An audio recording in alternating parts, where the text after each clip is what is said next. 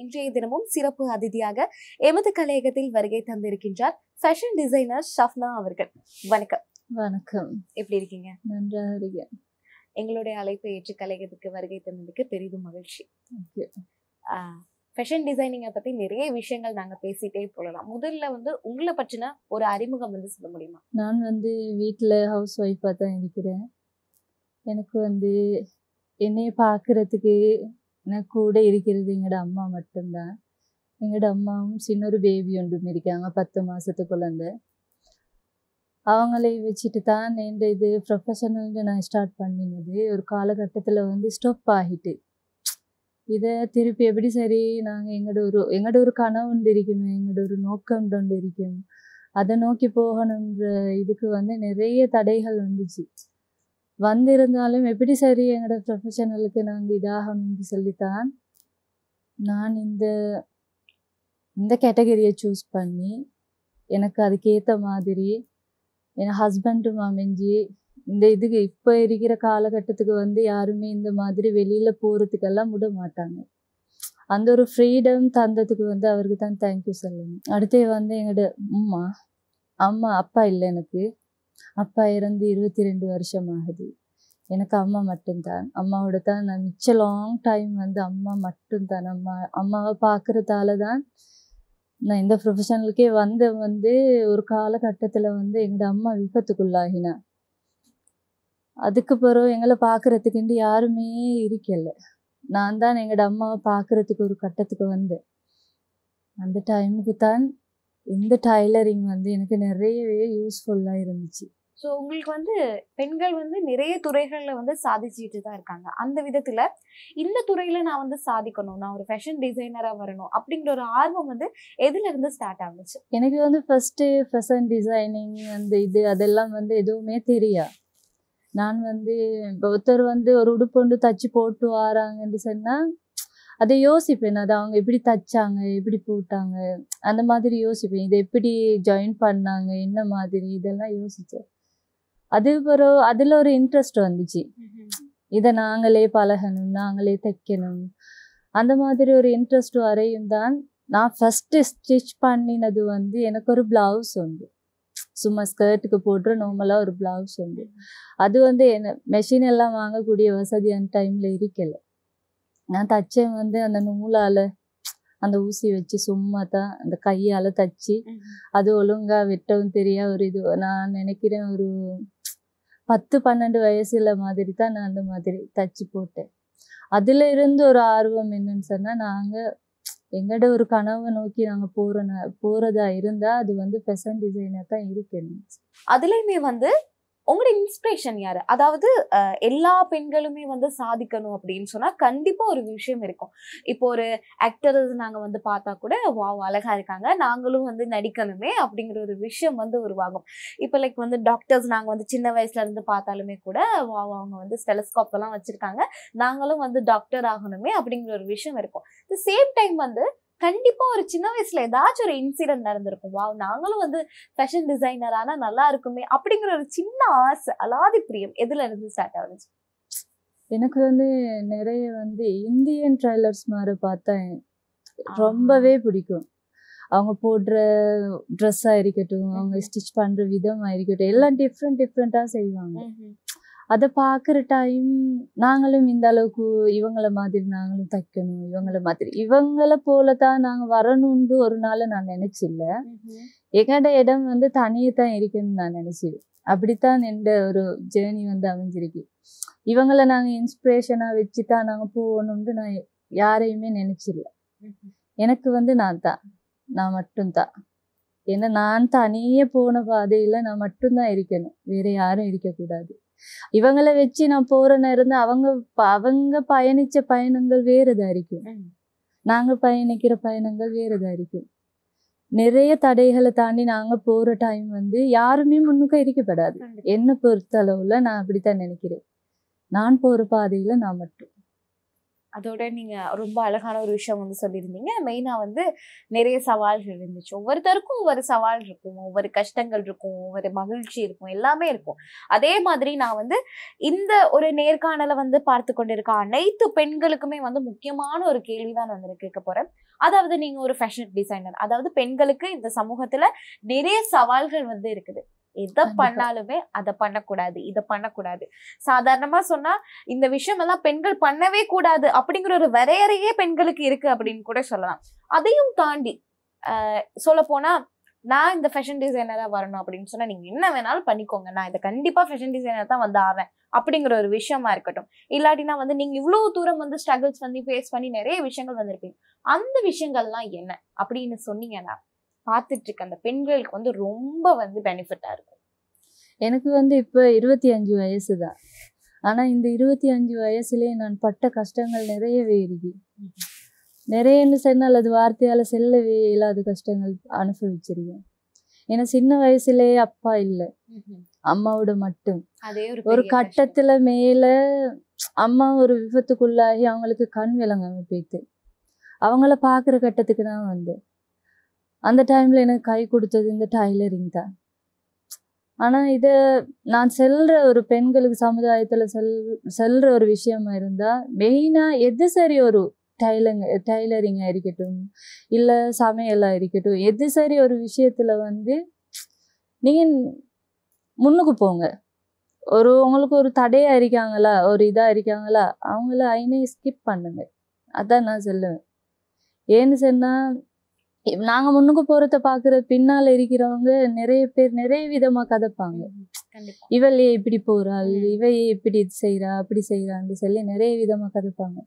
ஆனால் அப்படி கதைக்கிறதுக்கு எல்லாம் வந்து நாங்கள் தான் எங்களுக்கு ஒரு கஷ்டம்னு சொன்னால் அவங்க தரப்போகிறது இல்லை, எங்களுக்கு நாங்கள் தான் அப்படின்ட்டு வரப்போக்குள்ள என்ன செய்யணுமோ. இப்போ உங்களுக்கு ஒரு கனவு ஒன்று இருக்கும், அதை கட்டாயமாக நீங்கள் உங்களோட கல்யாணம் முடிச்சேன்னு சொல்லி சொன்னால் திருமணத்தின் பிறகு வந்து கணவன் தான் சப்போர்ட்டாக இருப்பாங்க.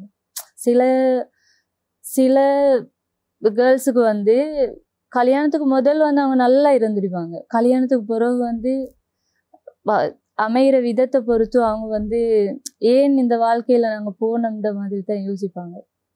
ஆனால் நான் சொல்கிற ஒரே ஒரு விஷயம், உங்களோட கனவை நோக்கி நீங்கள் போங்க. உங்களோட கனவு எதுவோ அதை நோக்கி நீங்கள் போங்க. உங்களோட ஒரு உங்களால் ஏழும்டு ஒரு சிறிது கை தொழில் சரி நீங்கள் செய்யுங்க, உங்களால் ஏழும்ன்றது. ஆனால் மிச்சமே ஈஸியான ஒரே ஒரு விஷயம் நான் செல்ல போன இந்த ஒரு விஷயத்தில் நான் கற்றுக்கிட்டது டைலரிங் தான். மிச்சமே ஈஸியான ஒரு விஷயம், அதை கட்டாயம் நீங்க செஞ்சு பாருங்க, உங்களுக்கே பிடிக்கும். இப்போ அதோட மட்டும் இல்லாம உங்களை மாதிரி நிறைய பெண்கள் வந்து ஆசைப்படுவாங்க. குறிப்பாக சொல்ல போனா நான் ஒரு ஃபேஷன் டிசைனரா வரணும், நான் ஒரு நல்ல ட்ரெய்லரா வரணும் அப்படின்னு சொல்லிட்டு. ஸோ இப்படி வந்து ஃபர்ஸ்ட் ஸ்டெப் அவங்க வந்து ஆரம்பிக்கிறாங்க அப்படின்னு சொன்னா என்ன மாதிரியான விஷயங்கள் வந்து இருக்கணும் அப்படின்னு நீங்க நினைக்கிறீங்க? ஒன்றுமே தேவையில்ல. ஃபர்ஸ்ட் செல்ல போனா நோமலா ஒரு சின்ன ஒரு மெஷின் ஒன்றை வச்சுட்டு நீங்கள் நோமலா உங்களுக்கு ஒரு ஆடை ஒன்று தச்சு போடணும்ன்ற ஒரு ஆசை. இப்போதான் டெக்னாலஜிக்கு நிறையவே இருக்கு, யூடியூப்பை பார்த்து கூட தச்சுக்கலாம். இப்போ கோர்ஸ் எடுக்க போனால் நிறையவே அகாடமிஸ் எல்லாம் இப்போ கோர்ஸல் நடக்குது. அப்போ நீங்கள் அதை பார்த்து சரி, இல்லாட்டி நான் இன்ஷா அல்லாஹ் இந்த ஃபியூச்சரில் ஃப்ரீயாக அகாடமி ஸ்டார்ட் பண்ணணும்னு நினச்சிருக்கேன். அது எந்த ஒரு கோல்டே சொல்லலாம். கண்டிப்பா உங்களோட கனவுகள் எல்லாமே வந்து வெற்றி பெறணும். ஏன்னா நான் வந்து ரொம்ப கஷ்டப்பட்டேன்.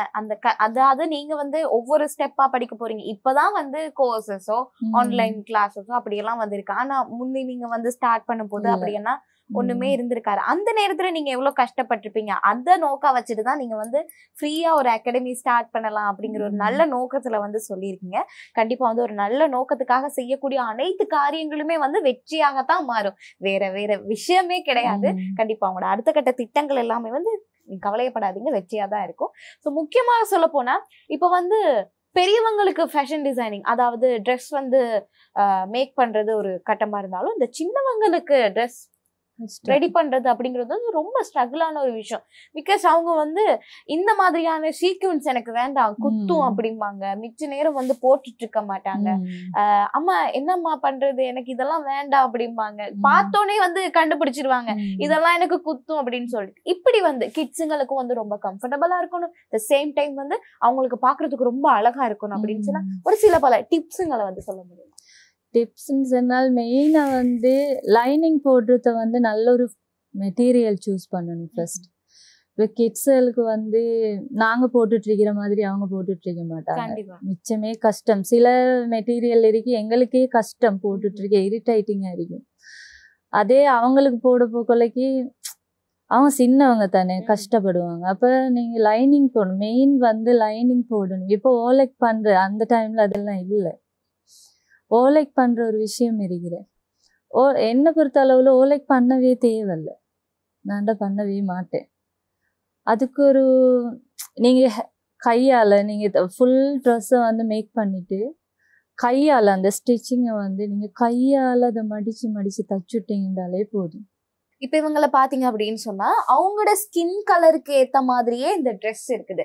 அதாவது நீங்க முன்னாடியே பிளான் பண்ணி வச்சிருப்பீங்களா, இவங்க வந்து ரொம்ப ஃபேரா இருக்காங்க அப்படின்னா இந்த கலர் சூஸ் பண்ணா அவங்க ரொம்ப கிராண்டா அழகா தெரிவாங்க அப்படின்னு சொல்லிட்டு முதல்ல பிளான் பண்ணிடுவீங்களா? பிளான் சொல்றதுக்கு இல்லை, நான் ஒரு காம்படிஷன்ல இருந்ததால அவங்க தந்த கலரே இதுதான், இந்த மெரூன் கலர் தான் அவங்க தந்தது. அப்போ அதோட தான் அவங்க தந்த டிசைன் இருக்கட்டும், அவங்க தந்த மெட்டீரியல் இருக்கட்டும், அவங்க தந்தது டிஃப்ரெண்ட். ஆனால் நான் நினைச்சது வந்து கொஞ்சம் கிராண்ட். எனக்கு இந்த கிராண்ட் பிரைடல் ட்ரெஸ் வந்து மேக் பண்ணுறது ரொம்ப பிடிக்கும், ரொம்பவே பிடிக்கும். அப்போ அதோட தான் நான் பார்த்தேன் இது மாதிரி நாங்கள் எங்களோட பெஸ்ட்டை நாங்கள் காட்டுவோம். அது ஒரு காம்படிஷன் இல்லாமல் எங்களோட பெஸ்ட்டை நாங்கள் காட்டுவோம். அவங்க தந்த கலர் இவ கொஞ்சம் ஒயிட்டும் கூட தானே, அப்போ இந்த கலரை நான் சூஸ் பண்ணதுக்கு அதுதான் காரணம். ஸோ அதோட இல்லாமல் இந்த குட்டிக்கு வந்து பார்த்தீங்க அப்படின்னு சொன்னால் மெயினான ஒரு விஷயம், அழகான ஒரு ஃப்ளவர்ஸ் ஒன்று வந்து ஆட் பண்ணியிருக்கீங்க. அது கீழே வந்து ரொம்ப அழகான ஒரு மாலை மாதிரி ஒரு செட்டப் இருக்குது. அப்படியே பார்த்தீங்க அப்படின்னு சொன்னால் இந்த அதாவது ஒன்று ஜுவல்ஸில் நாங்கள் ஃபோக்கஸ் பண்ணணும், இல்லாட்டினா ட்ரெஸ்ஸில் ஃபோக்கஸ் பண்ணணும். இந்த குட்டியோட ஒரு மெயினான ஒரு விஷயம் பார்த்தீங்க அப்படின்னா ட்ரெஸ்ஸும் வந்து அழகாக இருக்குது, த சேம் டைம் வந்து அவங்க வந்து ஜுவல்ஸும் வந்து போட்டிருக்காங்க அப்படிங்கிற ஒரு விஷயமும் வந்து மென்ஷன் பண்ணிப்படுது. ஸோ எப்படி வந்து இந்த ட்ரெஸ்ஸுக்கு இந்த ஜுவல்ஸ் தான் வந்து போடணும் அப்படிங்கிற தியரியெல்லாம் இருக்கா?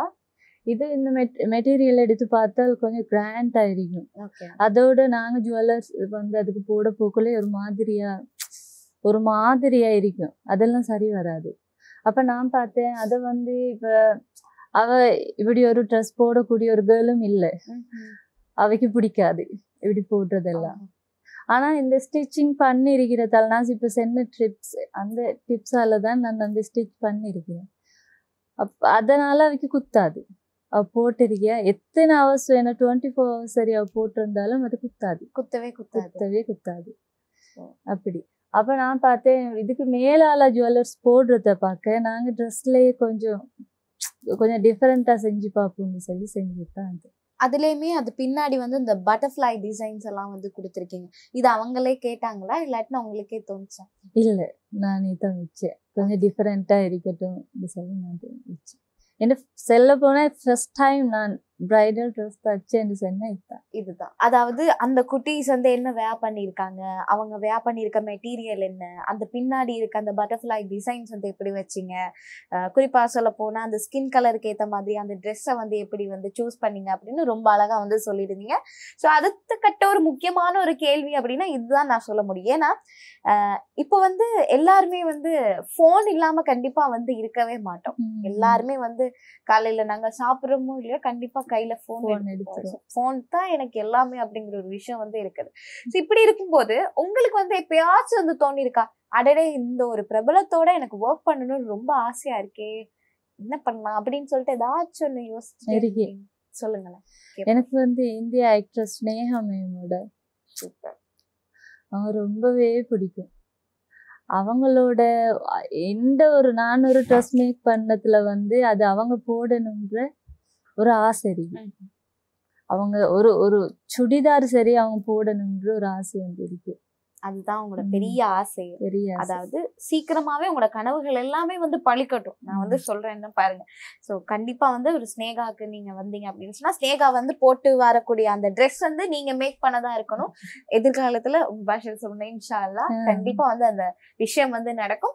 ஸோ நிறைய விஷயங்கள் நாங்க தொடர்ந்து பேசிட்டே இருக்கோம். ஒரு முக்கியமான சில பல டிப்ஸ் எல்லாம் வந்து கேட்கணும் அப்படின்னு சொல்லிட்டு நான் ஆசைப்படுறேன். இப்போ வந்து பெரியாக்களுக்கு நாங்க வந்து ட்ரெஸ் மேக் பண்ணணும் அப்படின்னு சொன்னா ஸ்ட்ரகிள்ஸே இல்லை அப்படின்னு வந்து சொன்னீங்க இல்லையா?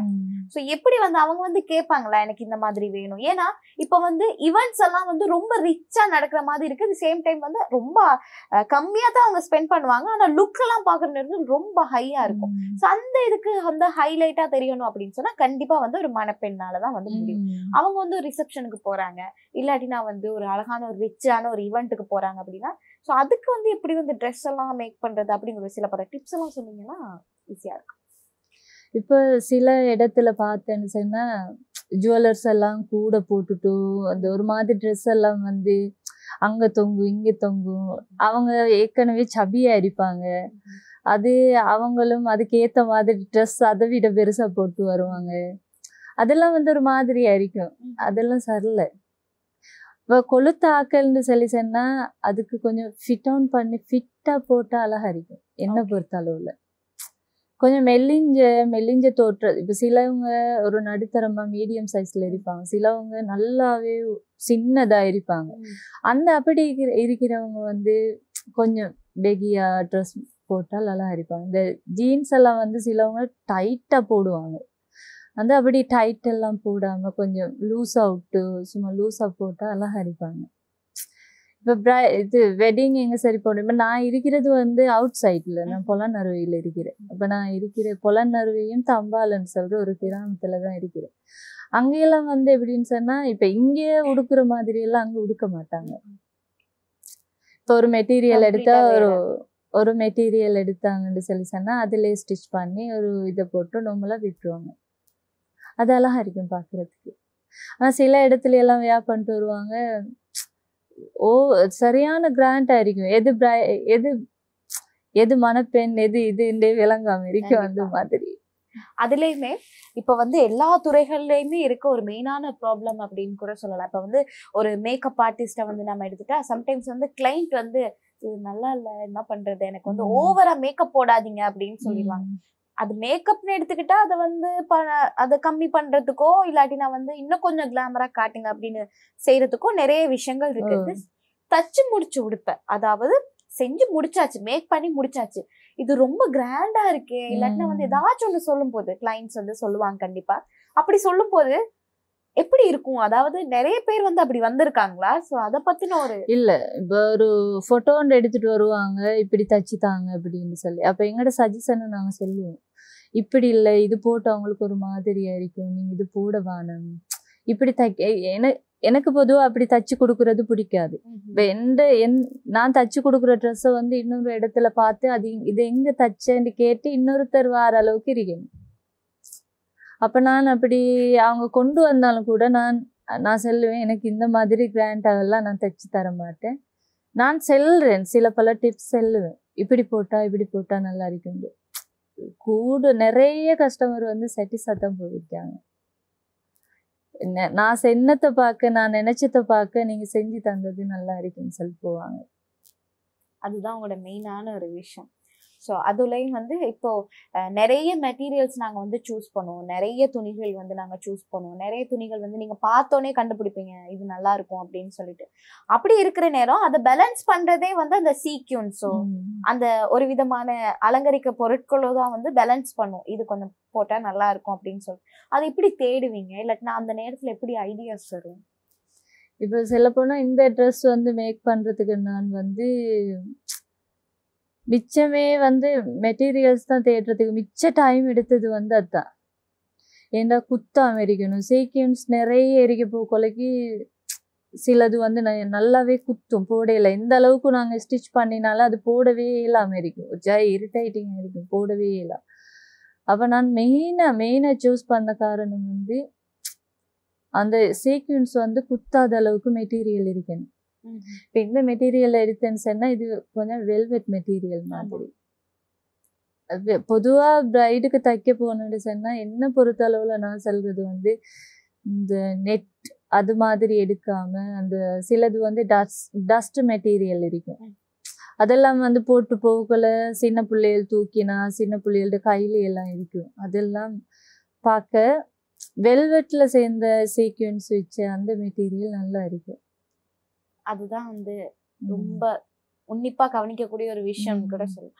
அதுலயுமே இப்ப வந்து ஒருத்தவங்க வந்து ட்ரெஸ் எனக்கு இந்த மாதிரி வேணும், இந்த மாதிரியான டிசைன்ல வேணும் அப்படின்னு சொல்லிட்டு உங்ககிட்ட கேக்குறாங்க அப்படின்னா, ஃபர்ஸ்ட் வந்து உங்களோட தாட் ப்ராசஸ், அதாவது அந்த எங்க இருந்து வந்து தொடங்கும்? வாவ், இதுல இருந்து ஸ்டார்ட் பண்ணலாம், இதுல இருந்து ஸ்டார்ட் பண்ணி முடிச்சா அப்படி வந்து ரொம்ப அழகா இருக்கும், அதாவது ஒரு படத்தை எடுத்து முடிச்சிடலாம் அப்படியான ஒரு விஷயம் எல்லாம் மண்டையில ஓடிட்டே இருக்கும். இதுல இருந்து ஸ்டார்ட் பண்ணா நல்லா இருக்கும் அப்படின்னு சொல்லிட்டு எப்படி யோசிப்பீங்க? ஸோ நைட் டைம்ல, அதாவது நிறைய பேருக்கு வந்து நைட் டைம்ல தான் வந்து நிறைய வந்து யோசிப்பாங்க. ஏன்னா வந்து ரொம்ப சைலண்டா இருக்கிறது நிறைய வந்து ஐடியாஸை வந்து பில்ட் பண்ணும் அப்படிங்கிற ஒரு காரணத்தினால. இந்த ஐடியாஸ் எல்லாம் வந்து எப்படி தோணும் அப்படின்னு சொல்ல முடியுமா? எனக்கு பொதுவாக நைட் டைம்ல தான் தோணும், இப்படி செய்வோமா இப்படி செய்வோம். இப்போ ஒருத்தர் வந்து ட்ரெஸ் இப்படி எனக்கு தச்சு தாங்கன்னு சொன்னால் நான் அது யோசிப்பேன், இப்படி தைக்கணும். சிலவங்க வந்து என்கிட்ட மெட்டீரியலை மட்டும் தந்துட்டு வைத்துருவாங்க, உங்களோட இஷ்டப்படி நீங்கள் தச்சு வைங்க அப்படின்ட்டு. அந்த டைம்ல எல்லாம் இப்போ அவங்களும் சாட்டிஸ்ஃபைனா போகணும் தானே. அப்போ அதோட தான் நான் நினைப்பேன், நைட்ல தூங்க கொலை எல்லாம் என்ன ட்ரீம்ல வந்து அதான் இருக்கு, எப்படி நாங்கள் தச்சு கொடுப்போம், எப்படி போடுவோம், எப்படி இது செய்வோம், எப்படி டிஃப்ரெண்டா செய்யணும்னு மட்டும்தான் நினைப்பேன். இப்போ நான் ஒரு ட்ரெஸ் தச்சு போடுறதா இருந்தாலும் இன்னும் ஒருத்தர் அது மாதிரி போட்டு இருந்தாலோ இது செஞ்சாலோ அது மாதிரி நான் தைக்க மாட்டேன். எந்த ட்ரெஸ் வந்து யூனிக்கா இருக்கணும், பார்த்தா ஷஃப்னா இருந்தா ஷஃப்னாவா இருக்கணும், அப்படி அது மாதிரி பிடிக்கும். மத்தவங்க பார்க்கும்போது ஷஃப்னா தானே உங்களுக்கு ஃபேஷன் டிசைனிங் அப்படின்னு சொல்ற மாதிரி இருக்கணும்னு சொல்றீங்க. ஸோ கண்டிப்பா, அதாவது ரொம்ப அழகா வந்து சொல்லிருந்தீங்க. இன்னைக்கு வந்து மெயினா வந்ததுக்கான ஒரு ரீசன் அப்படின்னு கூட சொல்லலாம், இந்த சாலன் வேர்ல்ட் ரெக்கார்ட் அதை பத்தி. ஸோ எப்படி வந்து பங்கு பற்றினீங்க, எந்த ஆர்வம் வந்து உங்களுக்கு தோன்றுச்சு, அதோட அனுபவங்களை வந்து பகிர்ந்து கொள்ள முடியுமா? உண்மையை சொல்ல போனா நான் வந்து எந்த ஒரு கோர்ஸுமே ஃபினிஷ் பண்ணல, எந்த ஒரு கோர்ஸுக்கு நான் போகவும் இல்லை, எந்த ஒரு இதுவுமே இல்லை. நான் வந்து எந்த கஷ்டத்தால நான் உருவாக்கப்பட்ட இந்த டைலரிங்னால தான் நான் வந்து பொதுவா நான் தைக்கிற நிறைய இடத்துக்கு தையல் இதுக்கு போயிருக்கிறேன், தச்சு கொடுக்கறதுக்கு.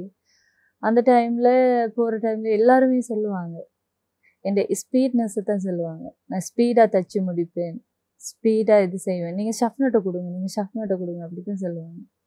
10 மினிட்ஸுக்குள்ளுக்கு தச்சு கொடுப்பேன் நான் ஒரு ட்ரெஸ், அந்த மாதிரி. எந்த எக்ஸ்பீரியன்ஸை மட்டும் வச்சே தான் இந்த சாலன் வேர்ல்ட் ரெக்கார்டுக்கு நான் வந்து இன்வால்வ் ஆகினேன். ஸோ அதுலயும் வந்து பார்ட்டிசிபேட் பண்ணியிருக்கீங்க. குறிப்பா சொல்ல போனா உங்களோட அக்கடம் மகளுக்கு வந்து நீங்க ஒரு அழகான ஒரு ஃப்ராக்கை வந்து தச்சு கொடுத்துருக்கீங்க. அதுவும் வந்து எத்தனை மினிட்ஸ்ல வந்து தச்சுங்க? அது வந்து 14 மினிட்ஸும் 6 செகண்டுக்குள்ளே முடிச்சேன்.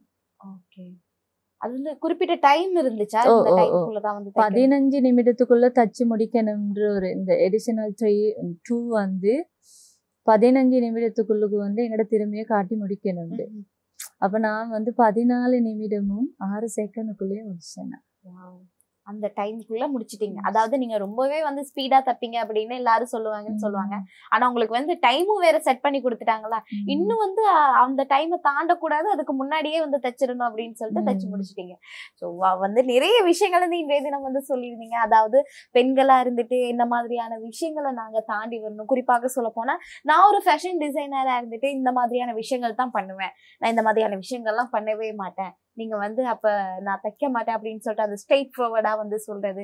குறிப்பா சொல்ல போனா வந்து அதாவது சின்ன பேபிங்களுக்கு வந்து என்ன மாதிரியான மெட்டீரியல் வந்து சூஸ் பண்றது முக்கியமான ஒரு விஷயம். வந்து இப்ப நாங்க ஈவெண்ட்டுக்கு போனாலோ இல்லாட்டினா மேரேஜ் ஃபங்க்ஷனுக்கு போனாலோ ஒரு பிரைட் வந்து கேட்குறாங்க அப்படின்னு சொன்னா அவங்களுக்கு ஏற்ற மாதிரி அவங்க ஸ்கின் கலருக்கு ஏற்ற மாதிரி எப்படி வந்து மெட்டீரியல் வந்து சூஸ் பண்றது. ஷஃப்னா வந்து ஃபேஷன் டிசைனர் ஷஃப்னா வந்து ஃபேஸ் பண்ண ஸ்ட்ரகிள்ஸ் என்ன அப்படின்னு சொல்லிட்டு இவ்வளோ நேரம் வந்து நம்ம மக்களுக்காண்டி ரொம்ப அழகா வந்து சொல்லியிருந்தாங்க.